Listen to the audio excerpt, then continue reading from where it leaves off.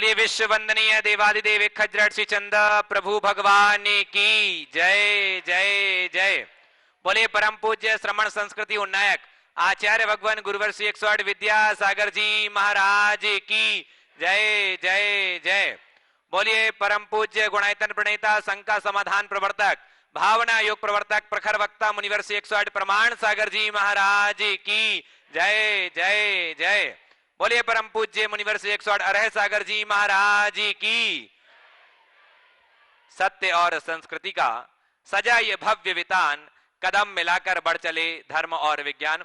बंधुओं, शाश्वत तीर्थराज सम्मेद शिखर की इस पावन तलहटी पर स्थित विश्व का एक ऐसा अनूठा कीर्तिमान जिसके माध्यम से युगांतकारी जिन शासन की प्रभावना होगी, निश्चित ही बंधुओं पूज्य मुनिवर प्रमाण सागर जी महाराज की अद्भुत परिकल्पना की ये देन है, जिसके माध्यम से आने वाले समय में न जाने कितने लोगों के भविष्य का निर्माता होगा गुणायतन, और न जाने कितने लोगों के अंदर सम्यक्त का उद्घाटन करेगा ये गुणायतन। निश्चित मैं आप सभी से निवेदन करूंगा, जो लोग भारत चैनल प्रमाणिक ऐप के माध्यम से घर बैठे देख रहे हैं, साथ ही जो लोग यहाँ उपस्थित हैं, सभी से मैं बार बार निवेदन करता हूं कि इस स्वर्णिम इतिहास जो लिख रहा है गुणायतन के रूप में, उसमें अपना दान और योगदान देकर के साथी से पुण्य का अर्जन कीजिए।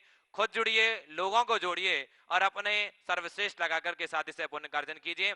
आइए बंधुओं, जिन श्रावक श्रेष्ठियों ने आज गुणायतन से जुड़कर के अपने आप को धन्य किया है, मैं उनके नामों की उद्घोषणा कर रहा हूं। सर्वप्रथम निर्माण निधि सदस्य के रूप में सागर से श्री केसी जैन, श्रीमती पुष्पा जैन, सुधीर जैन, दमोह से श्री सुभाष चंद्र जैन, श्रीमती उर्मिला जैन, जयपुर से श्रीमती मणि सवलावत जैन, धर्मपत्नी स्वर्गीय हुलास चंद सवलावत, और गुवाहाटी से श्री विमल कुमार आशा देवी जैन। एक बार जोरदार करतल ध्वनि से सभी का अभिनंदन कीजिए। आज इन सभी लोगों ने निर्माण निधि के रूप में अपने आप को संबद्ध किया है। निर्माण मित्र के रूप में पुणे से नेत्रम जैन की स्मृति में श्री नीरज जैन, श्रीमती शिल्पा जैन, समस्त परिवार, और साथ ही जिन्होंने सूत्रधार की सदस्यता प्राप्त की है और हमारे बीच उपस्थित हैं, मैं निवेदन करूंगा बड़े सम्मान के साथ मंच पर आए। जय सिंहपुर से वत्सला श्रीकांत चौगले, सहनी ताई अप्पा साहेब देसाई, माधुरी दिलीप चौगले, अमित अनूप चौगले, समस्त परिवार। जोरदार करतल ध्वनि से अभिनंदन कीजिए। आइए, ये सब परिवार हमारे बीच उपस्थित हैं और इनके सम्मान के लिए बुला रहा हूं आदरणीय जेके जैन साहब और आदरणीय दयाचंद जी, दिल्ली से हमारे बीच में हैं। संरक्षक गुणायतन बुआएं और ऐसे श्रावक श्रेष्ठी का सम्मान करें, लोगों के समक्ष आकर के इस सम्मान को ग्रहण करेंगे। साथ ही जिन्होंने आज गुणायतन से अपने आप को आज जोड़ा है विशेष तौर पर, उनका मैं नाम ले रहा हूं। श्री प्रकाश चंद, आगे ना आ रहा है, यही तो आ रहा है, हाँ, श्री वत्सला श्रीकांत चौगले, सहनी ताई अप्पा साहेब देसाई, माधुरी दिलीप चौगले, अमित अनूप चौगले परिवार। आइए, और हमारे बीच में जेके जैन साहब दिल्ली से श्रोमणी संरक्षक गुणायतन, और दयाचंद जी साहब सागर से हमारे बीच में हैं। वो आए और सम्मान करें। आ जाइए जी। और जिन्होंने आज अपने आप को विशेष तौर पर गुणायतन से जोड़ा, मैं उनका नाम ले रहा हूं। श्री प्रकाश चंद, वीना जैन पाटनी, श्री पीयूष जैन, श्रीमती शालिनी जैन, तुषार जी, विनीता जी, सकुन जी, प्रथम जी, संस्कृति जी जैन पाटनी परिवार, बलौदा बाजार रायपुर। जोरदार करतल ध्वनि से अभिनंदन कीजिए। आइए, ये सब परिवार हमारे बीच उपस्थित हों और इनके सम्मान के लिए श्री राजकुमार जी काला साहब, और ये हमारे राजकुमार जी के साड़ू भी हैं हमारे बीच में, जो राजकुमार काला जी हमारे गुणायतन में अपनी सेवा दे रहे हैं। एक बार जोरदार करतल ध्वनि से इनका भी अभिनंदन कीजिए और वो अपने साड़ू भाई का जो परिवार है उनका मान वंदना करके गुणायतन के गौरव को बढ़ाएंगे। आपकी करतल ध्वनि एक बार पुनः बजे सभी के सम्मान के लिए। आइए, और हमारे बीच में जिन्होंने कल गुणायतन से अपने आप को जोड़ा था परंतु आज उपस्थित हुए हैं, ऐसे बाहुबली कॉलोनी सागर से श्री चक्रेश कुमार, सीमा जैन, प्रकाश चंद, कमलेश कुमार, नमन, अंश, अपूर्वी जैन। आइए, यदि उपस्थित हैं तो ये परिवार नहीं है, आइए यदि उपस्थित हैं तो शीघ्रता से मंच पर आएंगे और सम्मान करने के लिए मैं बुला रहा हूं श्री शैलेंद्र जी, मुख्य प्रशासक गुणायतन, और सिद्धार्थ जी कासलीवाल, प्रशासक गुणायतन। वो आएंगे और सम्मान करेंगे। आइए, जोरदार करतल ध्वनि से इनका भी अभिनंदन कीजिए। और निर्माण मित्र के रूप में एक और कुमारी नम्रता सुधीर कात्राले, सौभाग्यवती संगीता सुधीर कात्राले, सिद्धार्थ सुधीर कात्राले सिरगुप्पी से हमारे बीच उपस्थित हैं। ये भी आए और ये सम्मान को प्राप्त करेंगे। और इनके सम्मान के लिए बुला रहा हूं श्रीमती कमलेश जैन जी सागर से हमारे बीच में, और कपूर चंद जी कोटा आ जाएं और वो भी सम्मान करेंगे और गुणायतन के गौरव को बढ़ाएंगे। साथ ही बंधुओं, आज जो है पूज्य गुरुदेव का साहित्य 50% डिस्काउंट पर जिन्होंने उपलब्ध कराने के लिए, जिन्होंने आज पुण्यार्जन बनने का सौभाग्य प्राप्त किया है, मैं ऐसे परिवार को भी बुलाना चाहूंगा। श्री रमेश जी काला, श्रीमती गुणमाला काला, श्री अभिषेक कुमार आशीष काला हैदराबाद से। इन्होंने आज 50% डिस्काउंट पुण्यार्जक बनकर के अपने आप को धन्य किया। आ जाइए सब परिवार। और उनके सम्मान के लिए मैं बुलाना चाह रहा हूं श्री लता जी गंगवाल, गुणायतन मंत्री। आ जाइए और सम्मान करके गुणायतन के गौरव को बढ़ाएं। साथ ही एक और नाम है हमारे पास जालना से, श्री मनोज जी संगीतकार, इन्होंने भी गुणायतन से जुड़ करके अपने आप को धन्य किया है। वो भी आएंगे और उनका भी हम मान वंदना करना चाहेंगे, गुणायतन के गौरव को बढ़ाएंगे। आपकी एक बार जोरदार करताल ध्वनि बजे सभी के लिए। आइए हमारे बीच में श्री काला साहब, रमेश काला, गुणमाला काला, अभिषेक कुमार आशीष काला, जो आज के साहित्य पुण्यार्जक हैं। अब हमारे बीच में आए श्री मनोज जी संगीतकार जालना से, और उनके सम्मान के लिए आ रहा हूं शैलेंद्र जी, आए और सम्मान करें। आइए इस प्रकार से सभी के लिए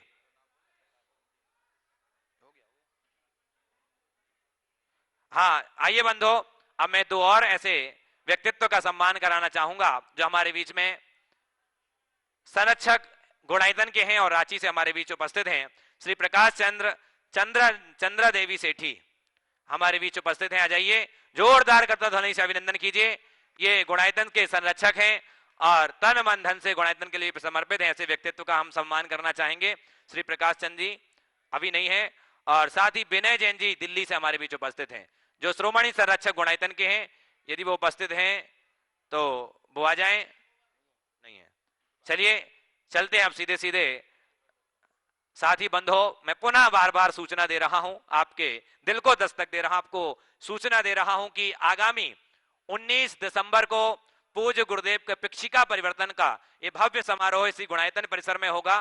साथ ही 18 तारीख को राष्ट्रीय अधिवेशन गुणायतन का होगा। 2 दिन का ये विशेष कार्यक्रम है। तो सभी से कहूंगा, आप सभी लोग मंत्र से जुड़े ही हैं गुणायतन से, और जो भी लोग टीवी के माध्यम से देख रहे हैं, सभी लोग आमंत्रित हैं। आइए और इस पिक्षिका परिवर्तन समारोह के अपने आंखों से देख करके पुण्यार्जन कीजिए और इसमें सहभागिता दर कर साथ ही सह पुण्यार्जन कीजिए।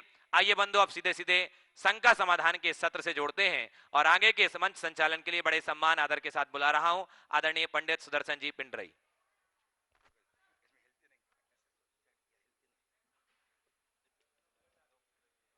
आइए मैं जोड़ूंगा आपको उन श्री चरणों से अत्र भगवान के, उन शिष्य अनुपम विभूति के रूप में जो संसार में विख्यात हैं, जो गुणायतन प्रणेता, संघ का समाधान प्रवर्तक, भावना प्रवर्तक एवं संप्रेरक समय के रूप में जाने जाते हैं, जिन्हें पारस जनवाणी एवं प्रमाणिक युग के माध्यम से आप हम सुनकर के अपने जीवन को धन कर पा रहे हैं।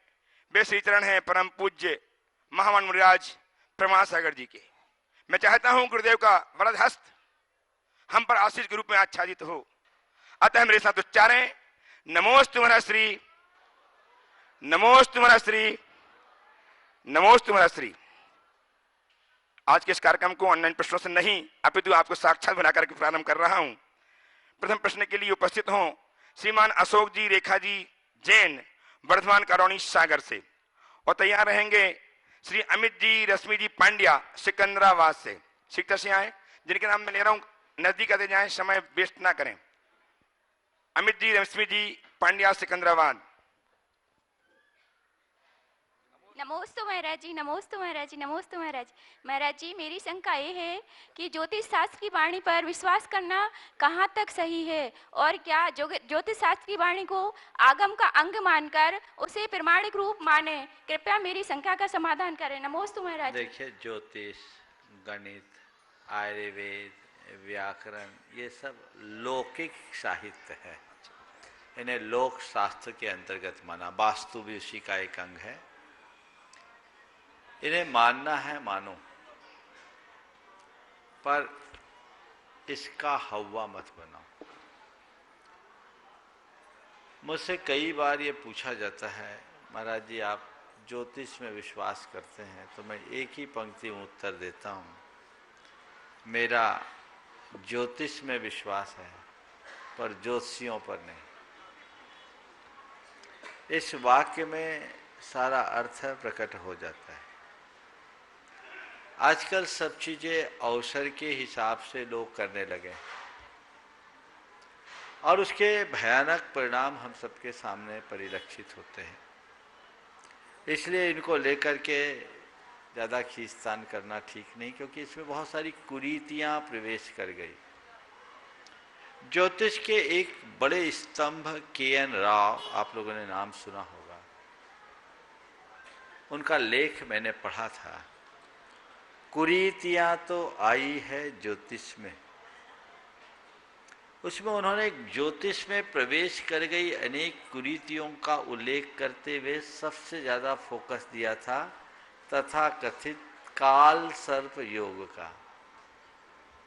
और उसमें लिखा कि ज्योतिष के किसी भी मान्य ग्रंथ में काल सर्प नाम का कोई योग ही नहीं है, अपितु जिस राहु और केतु के मध्य समस्त ग्रहों के आने पर यह तथाकथित काल सर्प योग कहा जाता है, वह तो लाभकारक राजयोग है। हाथ कंगन को आरसी क्या, मोरारजी भाई देसाई, चौधरी चरण सिंह, ज्ञानी जैल सिंह, सचिन तेंदुलकर, शायद धीरू भाई अंबानी, उसमें डाउट है, जैसे अपने अपने क्षेत्र के सफलतम लोगों की कुंडली में ये काल सर्प योग है। तो बहुत सारी चीजें आज के समय में ज्योतिष के नाम पर टोटकेबाजी बहुत हो गई और लोगों ने अपने दुकानें चलाना शुरू कर दी। इसलिए इन पर ज्यादा भरोसा करना ठीक नहीं। एक आहा जिंदगी पत्रिका निकलती है दैनिक भास्कर समूह से, पहले मैं उन्हें पढ़ा करता था जब वो शुरू में निकली थी। उसका विशेषांक निकलता था, उसका एक विशेषांक निकला 2003 में, ज्योतिष विशेषांक। उसमें एक बहुत अच्छा वाकया लिखा कि उस दिनों अंग्रेज लोग एम्पायर ऑफ इंडिया की डिग्री देते थे। अलवर के राजा के लिए किसी ने सलाह दी कि आपको ये उपाधि मिलेगी कि नहीं मिलेगी, इसके लिए मुंबई का एक बहुत बड़ा ज्योतिषी उसको बुला लिया जाए। राजा के पास प्रस्ताव रखा गया। वो 1000 रुपया दिन लेता था उस समय। स्पेशल सैलून से उसे बुलाया गया। सैलून समझते हैं ना, ट्रेन का एक अलग। आया, सोचा कि मैं तो राजकीय अतिथि होऊंगा तो मुझे तो बहुत ठाट बाट से स्वागत होगा। एक भी आदमी उसे रिसीव करने तक नहीं पहुंचा। और जब वो राज दरबार में आया, अपना परिचय दिया, राजा ने पूछा आप क्यों आए? बोला आपका भविष्य जानने के लिए, भविष्य बताने के लिए। राजा ने कहा मुझे अपना भविष्य नहीं चाहिए, जाओ इसको जेल में डाल दो। उसको जेल में डाल दिया गया। कुछ माह बाद राजा जेल में घूमा, वो व्यक्ति उसे दिखा, पूछा आप यहाँ कैसे आए? बोला आपका भविष्य बताने आए। राजा जोर से हंसा, बोला मेरा भविष्य बताने आए, खुद के भविष्य को क्यों भूल गए? तो ये क्यों समझ में नहीं आया कि मैं वहां जाऊंगा तो मुझे जेल भी जाना पड़ेगा? तो बातों को थोड़ा समझना चाहिए। लकीर का फकीर बनना कतई उचित नहीं। नमोस्तु महाराज, नमोस्तु। उपस्थित हो राजेंद्र कुमार, श्रीमान अमित जी, रश्मि जी पांड्या सिकंदराबाद से तैयार रहें। श्रीमान प्रमोद जी, मीना जी कक्का, शास्त्री परिवार कटनी से। महाराज जी नमोस्तु नमोस्तु नमोस्तु। महाराज जी, जब बच्चों के साथ तीर्थ यात्रा पर जाते हैं तो एक मंदिर, दो मंदिर, तीन मंदिर, चार मंदिर के बाद बच्चे बोलने लगते हैं कि पार्श्वनाथ भगवान तो सब जगह, एक जगह, दो जगह, तीन जगह, चार जगह, सब एक ही है भगवान। तो आप एक ही जगह पूजा पाठ माला एक ही जगह बैठ के फेर लीजिए ना, इधर से उधर, उधर से इधर फिर रहे हैं। तो महाराज जी बच्चों को क्या बोलना चाहिए, क्या जवाब देना चाहिए? एक दिन यही सवाल एक लड़के ने मुझसे कहा, वो थोड़ा किशोर उम्र का था, टीनेजर था। मुझसे पूछा, महाराज जी एक ही भगवान बहुत है, 10 जगह लगाने की क्या जरूरत है? मैंने कहा तेरी कोई फ्रेंड है? बोले है।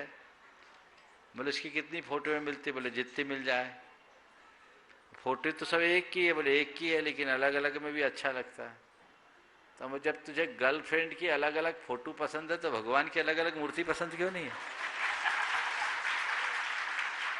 अरे जिससे प्रेम हो, जिससे लगाव हो, जिसके प्रति श्रद्धा हो, जिसके प्रति भक्ति हो, उसके तो हर रूप को देखने की इच्छा होती है। इसलिए अधिक से अधिक बंधन करो, ये मौका है। एक में जाओ, फिर दूसरे में जाओ, फिर तीसरे में जाओ और देखो ये भगवान है। अगर भगवान का एहसास होने लगे तो ये दुविधा कभी नहीं।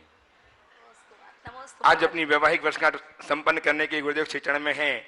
ऐसे श्रीमान प्रमोद जी, मीना जी कक्का, शास्त्री परिवार कटनी से उपस्थित हों और तत्पर रहें। श्रीमान रूपेश जी टीकमगढ़, सुप्रसिद्ध गायक जो दिल्ली में प्रवास कर रहे हैं, तैयार रहेंगे। रूपेश जी टीकमगढ़, दिल्ली प्रवासी। गुरुदेव के चरणों में अनंत कोटि नमोस्तु। गुरुदेव कहते हैं कि सुबह की चाय और बड़ों की राय समय समय पर लेते रहना चाहिए। पानी के बिना नदी बेकार है, अतिथि के बिना आंगन बेकार है, प्रेम ना हो तो सगे संबंधी बेकार हैं, पैसा ना हो तो पॉकेट बेकार है, और जीवन में प्रमाण जागर जैसे गुरु ना हो तो जीवन बेकार है। गुरुदेव प्रश्न पे आता हूं कि हे गुरुदेव, पानी की रेत का नदी में रहते कोई अस्तित्व नहीं, परंतु नदी के बाहर आकर वही पानी और सीमेंट का संयोग पाकर गुणायतन जैसे भव्य जनालय में अपनी अहम भूमिका निभाकर सब पत्थरों के बीच में जुड़कर और जोड़कर जिन मंदिर और मंजिलें बड़ी बड़ी खड़ी कर देती है, मैं अपने जीवन में ऐसी योग्यता किस प्रकार प्राप्त करूं? हे गुरुदेव, शंका समाधान करने की कृपा। बहुत अच्छी बात है। सबसे पहले तो आपने कहा कि सुबह की चाय और बड़ों की राय समय समय पर लेते रहनी चाहिए। चाय का क्या असर है ये तो मेरे अनुभव में नहीं है, लेकिन बड़ों की राय का अनुभव जरूर है ना। तो राय तो हमें कभी मिस करनी नहीं चाहिए। और बुंदेलखंड में एक कहावत है, बड़ी प्यारी कहावत है, जो न माने सयानों की सीख। बुंदेलखंडी कहावत है, बिल्कुल। जो न माने सयानों की सीख, ले खपरिया मांगे भीख। बिल्कुल। ये अनुभव प्रसूत कहावत है, तो हमें इसे अपनाना चाहिए। आपने जो बात की, रेत का अपना कोई मूल्य नहीं, लेकिन वह रेत जब सीमेंट के साथ मिलकर किसी निर्माण में लग जाती है तो वो अपनी उपयोगिता को साबित कर पाती है। इसे मैं व्यापक संदर्भ में देखता हूं और मैं आप सबसे कहता हूं, हम आप सबका जीवन रेत की तरह असीम संभावनाओं से जुड़ा हुआ है। योग्यताएं हमारे पास है, लेकिन इन योग्यताओं का उद्घाटन तभी होगा जब हमें वैसा निमित्त और संयोग मिले। तो निमित्त और संयोग मिले, हम अपने आप को उस अनुरूप ढाल दे तो हम अपनी उपयोगिता को हमेशा के लिए प्रासंगिक बना के रख सकते हैं। आज हमारे लिए निमित्त मिलते हैं, संयोग भी मिलते हैं, पर बहुधा हम उसका सही प्रयोग नहीं कर पाते। जीवन में मिलने वाले निमित्तों और संयोगों का यदि हम प्रयोग करना सीख जाएं तो जीवन धन्य हो जाएगा। मैं तो आप सबसे यही कहूँगा, रेत की तरह बिखर करके मत जियो, इमारत की तरह निखर करके जीने का संकल्प लो, तब जीवन धन्य होगा। नमोस्तु नमोस्तु गुरु। आइए रुपेश जी टीकमगढ़ से जो गौरव बढ़ा रहे हैं टीकमगढ़ का दिल्ली प्रवास करते हुए, जो सुप्रसिद्ध गायक हैं, और तैयार हैं श्रीमान प्रकाश चंद जी, चंद्र जी शेठी, संरक्षक गुणायतन आए मंच में जाए, गुरुदेव के चरणों की अभिवंदना करेंगे और इनका सम्मान करेंगे। श्रीमान शैलेंद्र जी मुख्य प्रकाश प्रशासक गुणायतन एवं सुभाष जी सीईओ गुणायतन।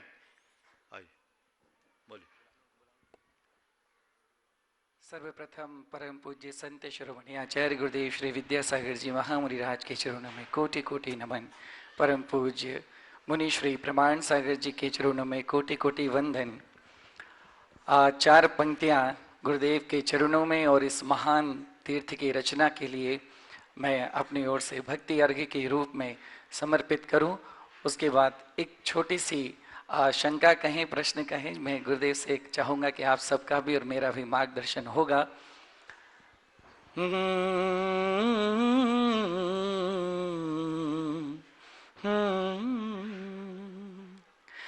तिहु लोक की सत्ता का दर्शन,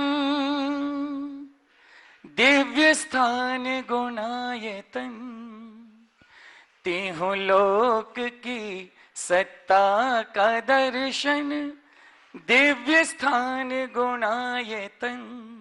14 गुणा स्थानों का वर्णन है महान गुणायतन। 14 गुणा स्थानों का वर्णन है महान गुणायतन। मुनिवर प्रमाण की कल्पना, ये अप्रतिम है शुभ योजना। मुनिवर प्रमाण की कल्पना, ये अप्रतिम है शुभ योजना। होगा शिखर सम्मेद का अभिमान तीर्थ गुणायतन। होगा शिखर सम्मेद का अभिमान तीर्थ गुणायतन। पूज्य गुरुदेव के चरणों में मैं बस ये कहना चाहता हूँ कि गुरुदेव भक्ति के बहुत सारे माध्यम हैं। भगवान के दर्शन करना, पूजन करना, वंदन करना, तीर्थ यात्राओं में आना, उसमें संगीत भी एक माध्यम है। संगीत कितना महत्वपूर्ण माध्यम है और क्या हमारे श्रोता उतना महत्व संगीत को, भक्ति संगीत को देते हैं जितना ये ईश्वर को साधने का माध्यम हो सकता है। देखिए, हमारी साधना में संगीत का बहुत महत्वपूर्ण स्थान है। अगर मैं कहूँ कि हमारी आराधना ही संगीत में है तो गलत नहीं होगा। हर बच्चा नमोकार जपता है, भजता है कि नहीं? हम लोगों को जन्म के समय ही नमोकार सुनाया जाता है। यह नमोकार क्या है? ये आर्या गीतिका छंद में है, वो संगीत ही तो है। आर्या छंद में गीत है। तो हम भक्ति करें, संगीत के साथ करें। संगीत हमें हमारी आत्मा में लीन होने में मददगार बनता है, इसलिए संगीत की उपयोगिता है। भक्ति, आज हमारी जितनी भी पूजाएं हैं सब संगीत में। हमारे जितने भी ग्रंथ हैं प्रायः सब गाथाबद्ध है, तो ये भी उनके संगीतमय होने का प्रमाण है।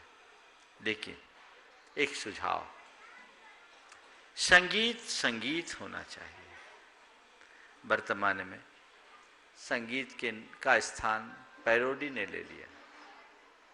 उसने संगीत की गरिमा को गिराया है। उससे जो लाभ मिलना चाहिए वो नहीं, वो आध्यात्मिकता न होकर या भक्ति न होकर बहुत हल्के स्तर पर आ गई। भक्ति संगीत में अध्यात्म का रस होना चाहिए, भावना का प्रवाह होना चाहिए। वह जब क्षीण हो जाता है तो चीजें धीरे धीरे शिथिल होने लगती। तो हमें हमारे अंदर वैसा चाहिए। मैं सभी को कहता हूँ, आप फिल्मी गीतों से बचें। प्राय उसी ट्रैक पर लोग अपना गीत गाना शुरू कर देते हैं। उसके भाव, भोल, अभिव्यंजना सब कुछ बदल जाते हैं। सुनते कुछ है और दिखता कुछ है, तो कई बार पुण्य की जगह पाप के भी भागी हो जाते हैं। मैं औरों की बात नहीं कहता, मैं अपना एक अनुभव बताता हूँ। तुम्हारे टीकमगढ़ में हमारा सन 2000 में चातुर्मास हुआ था, 2001 में। वहाँ विधान चल रहा था, मैं 100 से लौट रहा था, पूरे शहर में लाउड स्पीकर लगे थे। मेरे कानों में आवाज़ आई पूजा की पंक्तियाँ।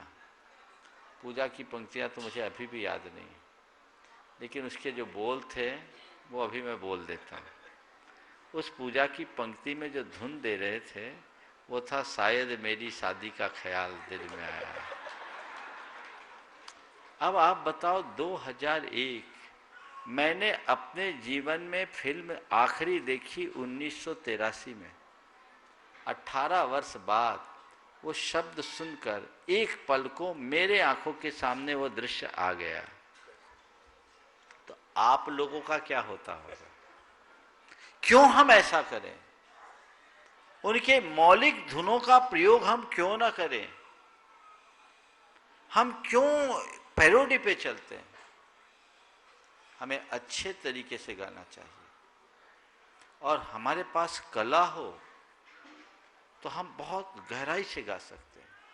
देखिए, एक उदाहरण देता हूँ। एक सज्जन ने एक दिन जबलपुर में, सुरेश जी पंचरत्न नाम था, भोपाल के रेडियो सिंगर थे, एक गीत में समा बांध दिया। गीत के बोल थे, गहरी गहरी नदियाँ नाव बीच धारा है। एक कीर्तन के रूप में लोग गाते हैं, प्राय ही गाते, गहरी गहरी नदियाँ, उसमें मजा नहीं आता। उस व्यक्ति ने 25,000 लोगों की उपस्थिति में इसे जिस मौलिकता से गाया, मंत्र मुग्ध कर दिया। उन्होंने किस अंदाज में गाया, गाना तो मुझे नहीं आता, तुम लोग देखना, पर मैं एक अंदाज बता रहा हूं। गहरी गहरी नदियां नाव बीच धारा है, तेरा ही सहारा है, तेरा ही सहारा है। गहरी गहरी नदियाँ नाव बीच धारा है, तेरा ही सहारा भगवान, तेरा ही सहारा है। गहरी गहरी नदियाँ।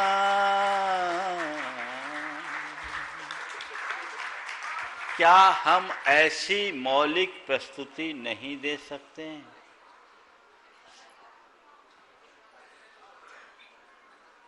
रुपेश भाई बोल रहे हैं, श्रोता सुने तो सब कर सकते हैं। एक बार की बात, ऐसी चर्चा चल रही थी, मेरे पास कुछ संगीतकार बैठे थे, मैं ऐसी चर्चा कर रहा था, तो कहा कि श्रोता को आजकल पसंद नहीं है, तो वहीं बैठे, बहुत पुरानी बात है 1995 की, तो एक ने कहा, महाराज हम आपके हैं कौन, इसने साबित कर दिया कि जनता किसको पसंद करती है। उस समय एक लंबे अंतराल के बाद कोई ऐसी फिल्म बनी थी जो परिवार के साथ बैठ करके देखी जाए, है ना? तो ऐसा कुछ नहीं है, हम अपने आप को प्रिंसिपली तैयार करें। मैं तो तुम्हारे जैसे प्रतिभावान लोगों को कहूँगा, तुम्हारे पास गला है और कला है, सही तत्व में रिझाओ जिससे पुण्य की वृद्धि हो। कॉम्प्रोमाइज मत करो, अपने ढंग से अपनी मौलिक धुन को करो। हमको फोटोकॉपी नहीं बनना, हमने अपनी ओरिजिनल छवि बना कर रखना। तो बहुत गीत बन सकते हैं, बनाए जा सकते हैं, थोड़ा सा श्रम किया जाए तो सब मौलिकता के साथ किए जा सकते हैं। आप उसका पूरा लाभ ले सकते हैं, आनंद ले सकते हैं। चलिए, श्रीमान प्रकाश चंद्र जी शेठी, संरक्षक गुणायतन, ये अपना प्रश्न प्रस्तुत करें। उसके पूर्व उनका सम्मान करने के लिए श्रीमान रुपेश जी का सम्मान, एक मिनट रुपेश जी रुकें। रुपेश जी बहुत प्रसिद्ध गायक हैं और जैन समाज का नाम, जैन धर्म का नाम जहाँ तहाँ प्रसारित कर रहे हैं। इनके सम्मान के लिए श्रीमान शरण जी मुख्य प्रशासक गुणायतन सम्मान करेंगे रुपेश जी का, और रुपेश जी और प्रकाश चंद्र जी शेठी का सम्मान भी शरण जी मुख्य प्रशासक गुणायतन करेंगे। लीजिए, आइए।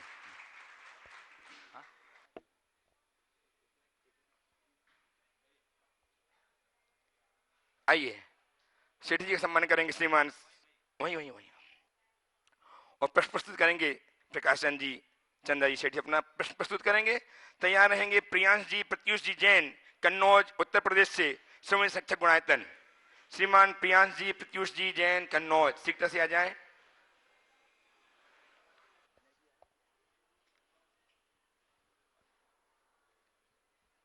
प्रश्न प्रस्तुत कीजिए। हाँ, प्रश्न नहीं करेंगे? प्रश्न सवाल है आपका? दीजिए माइक दीजिए। ठीक है, चलिए। आइए श्रीमान प्रियांश जी प्रत्युष जी कन्नौज से शीघ्रता से आ जाएं। तैयार हैं श्रीमान रमेश जी काला, श्रीमान गुणमाला जी काला हैदराबाद। रमेश जी पहुंच जाएं, शीघ्रता से आ जाएं।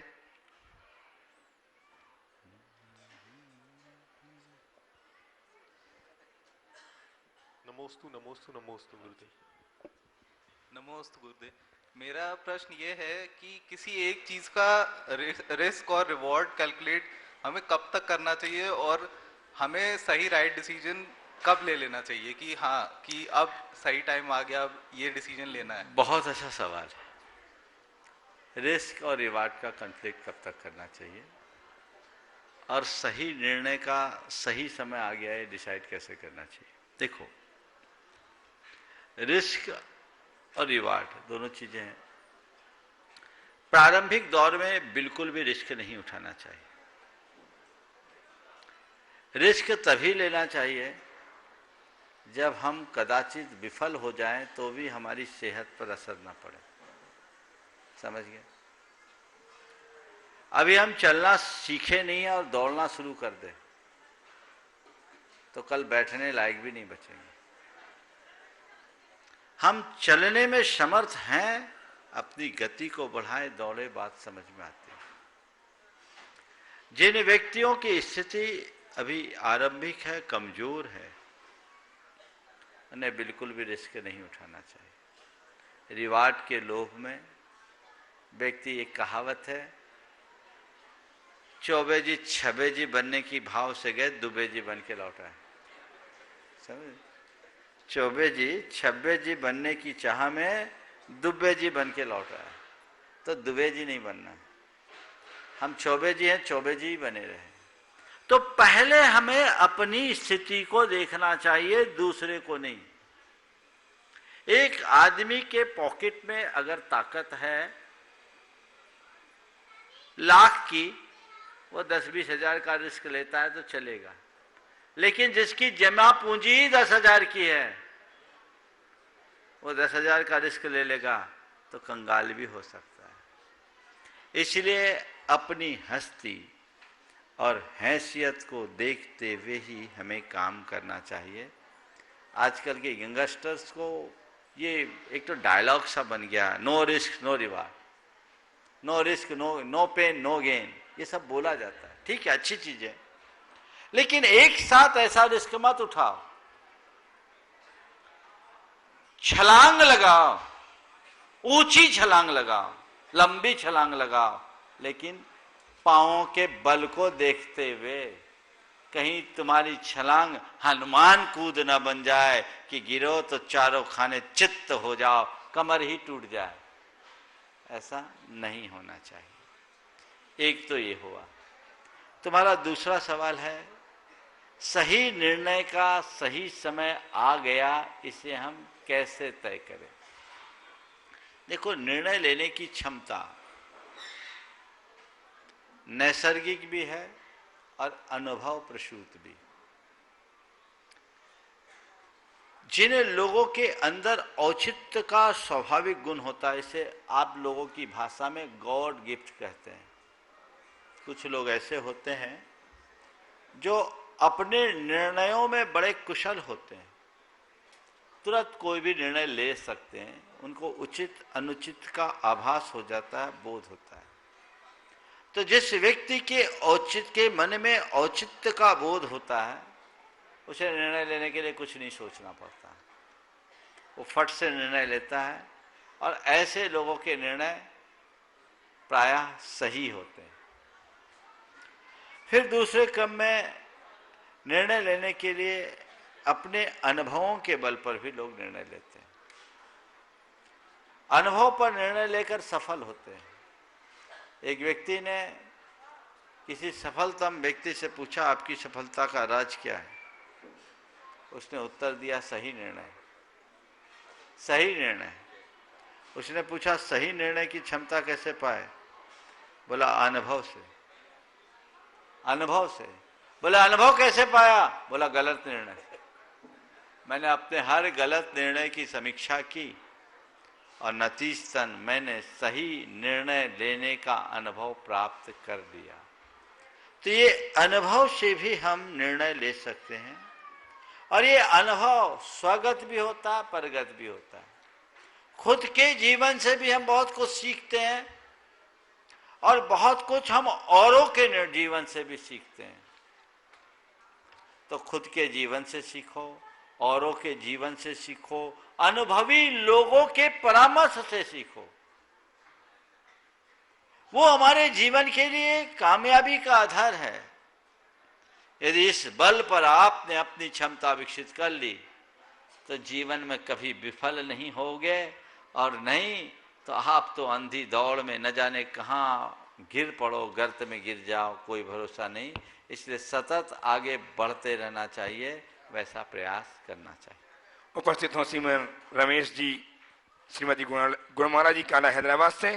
तैयार रहें श्रीमान रश्मि जी जेके जैन नोएडा संरक्षक गुणायतन सीता से आ जाए। द्वि मुनिवर के चरणों में शत नमन, कोटि कोटि नमन। नमोस्तु गुरुवर, नमोस्तु गुरुवर। एक छोटा सा ही सवाल है। हम रोज नमोकार बोलते हैं और बोलते हैं कि चत्तारि शरणम पवेजामि, चार की शरण में हमको जाना चाहिए, लेकिन असाता वेदनीय कर्म का उदय होते ही हम डॉक्टरों की शरण में भागते हैं, हॉस्पिटल की शरण में भागते हैं। जबकि मैं मेरे छोटे बच्चों को थोड़ा सा चोट लगती बोलती हूँ नमोकार, बोलती ठीक हो गया, और उनमें हाँ दादी ने बोल दिया ठीक हो गया है। बच्चे उस पर विश्वास करके भागना शुरू कर देते हैं, लेकिन हम बड़े उतना विश्वास क्यों नहीं कर पा रहे हैं और उसको सहन शक्ति क्यों नहीं कर पा रहे हैं? कृपया समाधान दीजिए। देखिए, बहुत अच्छी बात है। आपके सवाल के दो पक्ष हैं। पहला पक्ष, जब हम बच्चों के लिए कहते हैं, बच्चे उन पर भरोसा करते हैं और तेजी से दौड़ते हैं, और मैं तो ये कहता हूँ बच्चे गिरते पड़ते हैं तभी मजबूत होते हैं। उनके लिए चोट मजबूती देता है, और बच्चों के लिए भी हम छोटी मोटी चोट के लिए ही ऐसा कहते हैं। गंभीर चोट लगने के बाद तो हमें तुरंत उसकी चिकित्सा कराते हैं, करानी भी चाहिए। रहा बड़ों का सवाल और चार की शरण को, शरण तो हमें चार की ही रखनी चाहिए, लेकिन चार की शरण का मतलब ये नहीं है कि सिर फूट गया है और नमोकार जपते रहें, हम डॉक्टर की सलाह न लें। जहाँ जो मेडिकल एड है वो ले। हमारे भगवान ने चिकित्सा का निषेध नहीं किया, लेकिन चिकित्सा कराते हुए भी अंदर में श्रद्धान यही रखो कि औषधि निमित्त है, असली निमित्त जब तक मेरा पुण्य नहीं जागेगा तब तक कुछ नहीं होगा, और वह पुण्य परमेष्ठी की आराधना से ही होगा। बीमारी में चिकित्सा कराओ, चिकित्सक को उपचारक मानो और भगवान को शरण। बीमार अवस्था में भी भगवान की ही शरण जाओ, तो जो चिकित्सा 10 दिन में आराम पहुंचाएगी वो तुम्हें 2 दिन में लाभ दे सकती है। मेडिकल एड कभी मत छोड़ना, लेकिन केवल उस पर भरोसा मत करना, क्योंकि अंततः डॉक्टर भी कहता भैया मैं जो कर सकता हूँ, बाकी तो ऊपर वाले पे है। कहते हैं कि नहीं कहते? आप सब प्रार्थना कीजिए, डॉक्टर कहते हैं कि नहीं? यही तो प्रभु के शरण का द्योतक है। और आज तो विज्ञान ने भी ये बातें सिद्ध कर दी कि प्रार्थना का क्या प्रभाव पड़ता है। तो ये भी हमारी चिकित्सा है। अल्टरनेटिव मेडिसिन में ये सब चीजें आजकल जोड़ी जाने लगी है, तो हम दोनों का दोहरा लाभ उठा सकते हैं। उपस्थित हों श्रीमती रश्मि जी जेके जैन नोएडा से संरक्षक गुणायतन, जो प्रतिमा जी विमान एवं मंडल के पुण्यार्जक हैं। अभिनंदन करें कल ध्वनिशन का। ये प्रश्न प्रस्तुत करेंगे। तैयार हैं CS अंकिता जी जैन नागपुर। द्वय मुनिराजों के चरणों में मेरा एवं मेरे परिवार का कोटि कोटि नमोस्तु नमोस्तु नमोस्तु। महाराज जी, आज महाराज जी आपके आशीर्वाद से वंदना बहुत अच्छे से संपन्न हुई। गुरुदेव, मेरी शंका यह है क्या आर्द्र रौद्र ध्यान किए बिना भावुकता में आंसू आ जाना और किसी के दुख को देखकर दुखी हो जाना या किसी की खुशी में खुश हो जाना कर्मबंध का कारण है? और यदि है तो क्या हम लोगों की नजरों में अव्यावहारिक नहीं कहलाएंगे? देखिए, आंसू आना और दुखी होना, इन दोनों में बड़ा अंतर है। आंसू तो हर्ष में भी आते हैं, आंसू आने में पुण्य भी बंधता है। भगवान की भक्ति करते समय भी आंसू आता है। आचार्य पूज्यपाद तो कहते हैं भगवान की भक्ति कैसे करो, मरे मरे भावों से मत करो, भगवान का बन के करो। अब भगवान का बन कर करते समय क्या करो? वाणिम गद गदयन बपुः पुलकयन नेत्रद्वयम श्रावयन। वाणी को गदगद करते हुए, शरीर को पुलकित करते हुए, दोनों नेत्रों से आंसू बहाते हुए, मूर्धानम नमयन, सिर को झुकाते हुए, चेतोपि निर्वापयन, अपने चित्त को अर्पित करते हुए भगवान की भक्ति करो। समझ गए? तुलसीदास जी ने बहुत अच्छे शब्दों में लिखा है, तुम दर्शन ते पुलक शरीरा, तुम दर्शन ते पुलक शरीरा, गदगद गीरा, नयन बहे नीरा। हे भगवान, आपके दर्शन से मेरा रोम रोम पुलकित हो गया। गदगद गीरा, गियानी बानी, मेरी वाणी गदगद हो गई। और नयन बहे नीरा, नयनों से नीर बहने लगे। समझ गए? तो अगर हम किसी के प्रति सहानुभूति, संवेदना के रूप में अथवा किसी के भक्ति के रूप में आंसू प्रकट करते हैं, खुद के मन में दुख है तो कर्म का बंध है, संवेदना है तो नहीं, भक्ति है तो नहीं। मैं देखता हूँ कई लोग मेरे पास आते हैं, अचानक देखते हैं एकदम आंखें भर आती है, गदगद हो जाते हैं। मैं देखता हूँ तो ये चीज़ें रोज ही होता है, रोज ही होता है। आते हैं, दूर से आते हैं, क्योंकि देखे महाराज जी, कभी देखा नहीं सामने, वर्षों से आपको सुनते आए, आज एकदम लाइव देख रहे हैं, तो एक अलग प्रकार का रोमांच होता है। तो ये भी एक भावना की अभिव्यक्ति है, और जिस रूप में आपकी भावना है उसी अनुरूप उसका परिणाम। उपस्थित हैं CS अंकिता जी जैन नागपुर से, तैयार रहे महेंद्र कुमार जी श्रीमती शैलेश जैन जैतपुर सागर से। नमोस्तु गुरुवर।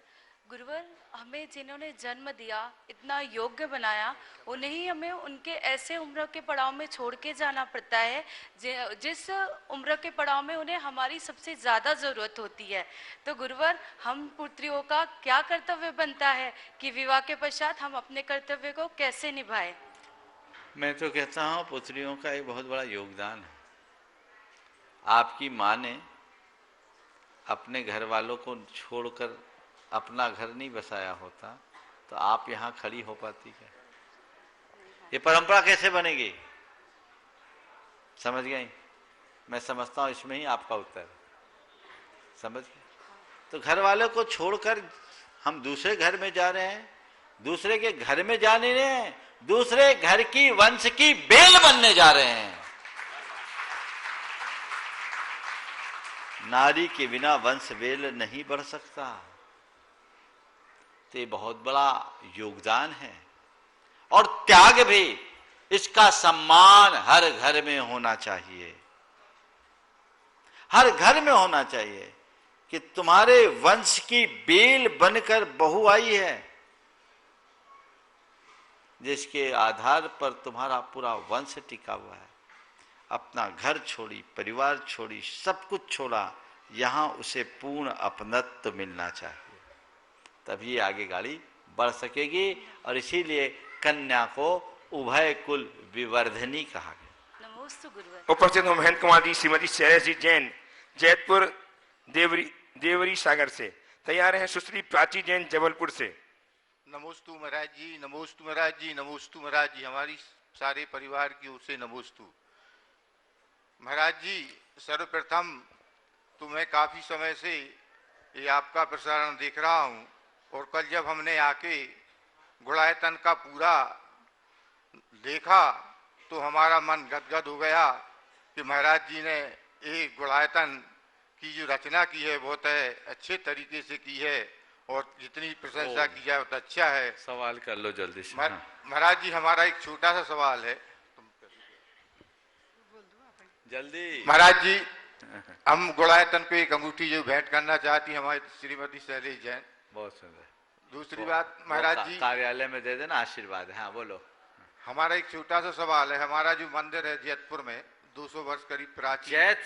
जैतपुर कोपरा। हम जयपुर सुन रहे हैं। हमारी जो भतीजी है वो उत्कृष्टवती माता जी हैं। हाँ। आपके उसमें।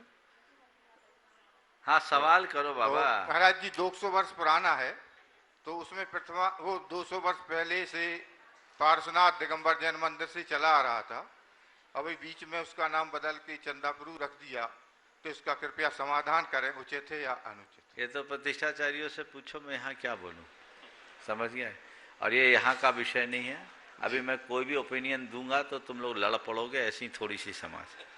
बेहतर है या तो किसी विद्वान को बुला करके वहां से बात करो अथवा मेरी बात सुनो जी महाराज। मचाने हैं कि विवाद मिटाने हैं? नहीं विवाद नहीं है महाराज जी को जो तो अब इसकी चर्चा मत करो जी। अलग से समाज के लोग आकर विमर्श करो फिर कोई राय दूंगा। इस तरह के मंच में देना ठीक नहीं। उपस्थित हो सुश्री प्राची जैन जबलपुर से। तैयार रहे नवी मुंबई से मेघा शेट्टी। चलो हो गया समय ज्यादा बस। आइए नवी मुंबई से मेघा शेट्टी जी तत्पर रहेंगी। उपस्थित हो प्राची जैन जबलपुर से। मुनिवर के चरणों में त्रिवार नमोस्तु नमोस्तु नमोस्तु। मुनिश्री आग तो लगा दी बुझाओगे कब, जन्म तो ले लिया संभालोगे कब। तो महाराज श्री ये दो चीजें समय पर नहीं रोकेंगे या नहीं संभालेंगे तो भयावह रूप ले सकते हैं। इसीलिए जीवन को संभालने का हुनर और चिंगारी आग ना बन पाए इसका भी हुनर बताएं, कृपया समाधान करें। नमोस्तु महाराज। जीवन को संभालने का हुनर और चिंगारी आग न बन पाए इसका हुनर हम क्या करें? पहले तो चिंगारी ही उत्पन्न न हो ये प्रयास करें। और उसका एक तरीका है, वो है शॉर्ट सर्किट से बचने के लिए क्या करते हैं? हाँ पानी नहीं, बोलो। हाँ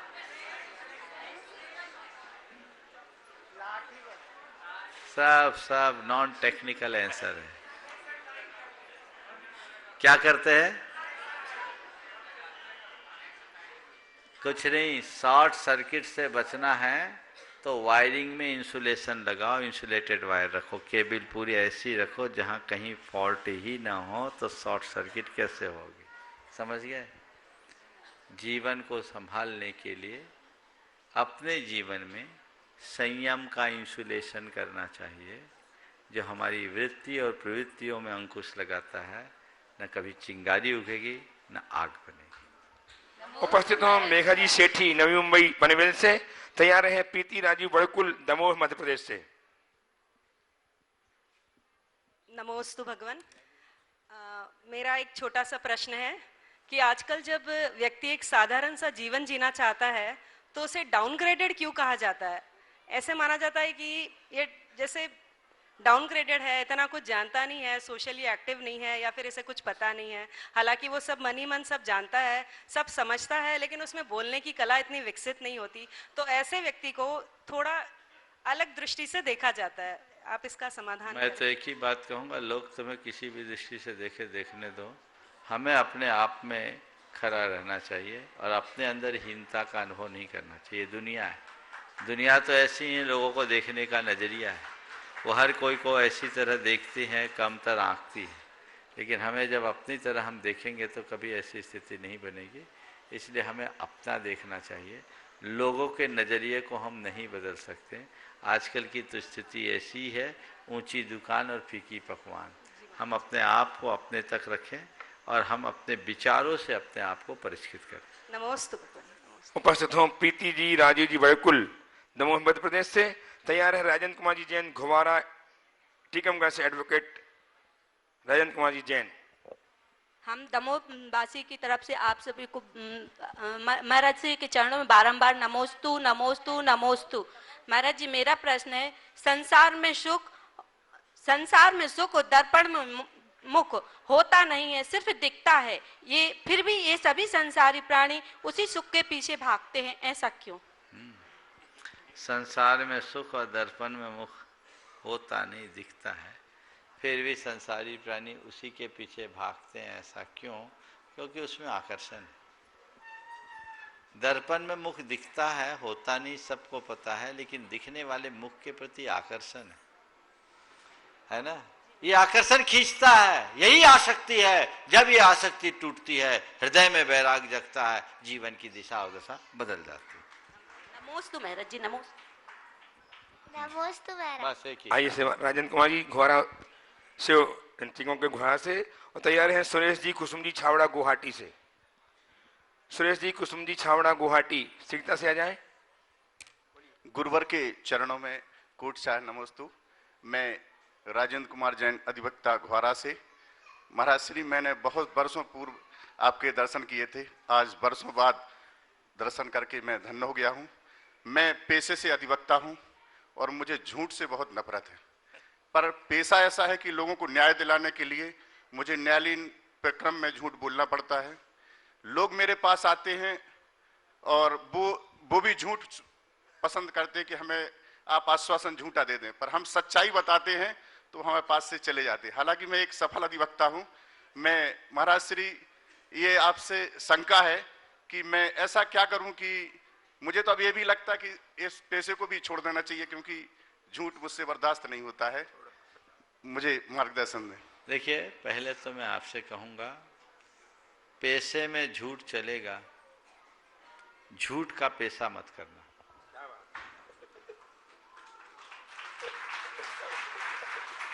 फिर से दोहराता हूँ, पेशे में झूठ चलेगा, पर झूठ का पेशा नहीं होना चाहिए। क्योंकि आप एक पेशेवर हो, आपका प्रोफेशन ही ऐसा है, इसलिए इस तरह की बातें करनी पड़ती है। लेकिन सच्चे अर्थों में देखा जाए तो ये आपका कर्म नहीं है, लोगों ने बना दिया। आप अधिवक्ता हो, वकील हो, अभिभाषक हो।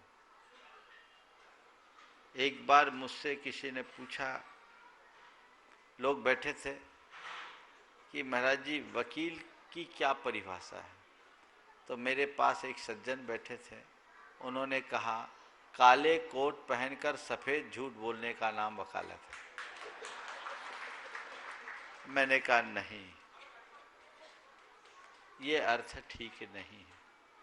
काला कोट है और उसमें काला आपकी सफेद होती टाई। मैंने कहा ये नहीं है। वकील काला कोट पहन करके सफेद झूठ बोलने वाला नहीं है, कालों के बीच से सफेद को निकाल कर गले का हार बनाने वाला वकील है। अभिभाषक को सत्य के लिए लड़ना चाहिए, न्याय के लिए लड़ना, न्याय दिलाने के लिए लड़ना, ये उसका धर्म है। अगर एक बार पूछा गया कि महाराज इस धंधे में तो बहुत पाप है, हम देख रहे एक आदमी ने हत्या की और हम उसे निर्दोष साबित करने का प्रयास कर रहे हैं। एक व्यक्ति ने किसी के भूमि भवन पर कब्जा किया, हम उस पर उसे फायदा दिला रहे हैं। एक व्यक्ति ने किसी का बलात्कार किया, हम उसे निर्दोष साबित कर रहे हैं। ये तो पाप का अनुमोदन है, बेशक है। और इस तरह का कार्य करने वाले महान पाप के भागी होते हैं, इसमें कोई संशय नहीं। ये भी एक अपराध है, भले कानून की नज़र में ना हो, धर्म के क्षेत्र में तो है ही। पर यही कर्म करते हुए एक वकील पुण्य का भी बंद कर सकता है। वो कैसे? अगर आपको दिख रहा है कि किसी व्यक्ति को गलत तरीके से फंसाया गया है, जो अक्सर होता है, आप उसे न्याय दिलाएं, उसकी पैरवी करें, आप सत्य के संरक्षक और प्रहरी बनोगे। आप देख रहे हैं किसी के भूमि भवन आदि में किसी ने अवैध कब्जा कर लिया, आप उसकी पैरवी करके लड़ाई लड़ करके उसको आप दिला रहे हैं, आप उसकी दुआएं ले रहे हैं। तो अगर ऐसी दृष्टि अंदर में हो तो बहुत बड़ा बदलाव खड़ा हो सकता है। लेकिन एक दिन जब ऐसा मैं बोल रहा था तो एक ने कहा, महाराज जी ऐसा करने वाले वकील को तो बार रूम में केवल मूंगफली खा करके दिन बिताना पड़ेगा। मैंने कहा ऐसा नहीं है। गांधी जी भी एक बैरिस्टर थे और उन्होंने बैरिस्टरी के साथ सत्य का प्रयोग किया। यदि व्यक्ति निष्ठावान हो तो ये काम कर सकता है। कोई अपराधी भी आए, उसे कहो मैं तुम्हारे अपराध की स्वीकृति के साथ, तुम्हें सजा तो मिलेगी पर मैं तुम्हारी ऐसी पैरवी करूंगा कि कानून के दायरे में तुम्हारी सजा कम तक हो सके। ये हो सकता है, क्रिमिनल हो या सिविल। दोनों प्रकार के प्रकरणों में अगर वकालत करते समय थोड़ा ध्यान रखा जाए तो बहुत कुछ संभाला जा सकता है। मैं इस बात के लिए बिल्कुल सहमत नहीं हूं कि वकालत का धंधा बुरा ही है इसलिए छोड़ दें। अगर आप लोग ही छोड़ दोगे तो रही सही व्यवस्था भी चले जाएगी। मैं तो चाहूँगा लोग वकालत करें और सही तरीके से वकालत करें ताकि उनका पेशा भी बना रहे और लोग भी उससे पीड़ित ना हों, सबका जीवन धन्य हो, सभी सुखी हों। इसके साथ आज के इस सत्र को परम पूज्य गुरुदेव के चरणों में नमन अर्पित करते हुए यहीं पर विराम। बोलिए परम पूज्य आचार्य गुरुवर श्री विद्यासागर